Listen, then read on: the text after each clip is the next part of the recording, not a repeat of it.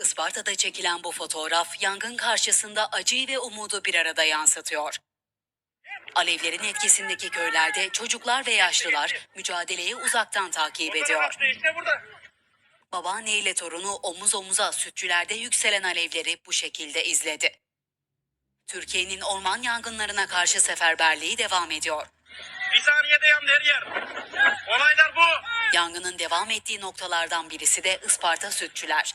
Yazılı kanyonla başlayan yangın kısa sürede ormanlık alana sıçradı. Rüzgarın ve yanan kozalakların etkisiyle büyüyen alevler Çandır köyündeki evlere kadar ulaştı. Ekipler canla başla yangına müdahale etmek için çaba gösterirken vatandaşlar da o mücadeleye katılıyor.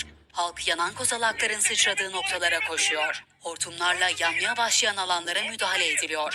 Alevlerin büyümemesi için sütçülerde halkın gösterdiği o çaba böyle görüntülendi. Allah'ım. Bir saniyede yakıyor arkadaşlar. Yapacak bir şey yok. Yangını kontrol altına almak için havadan ve karadan çalışmalar sürüyor. Çalışmalara 2 helikopter ve 2 uçak destek veriyor.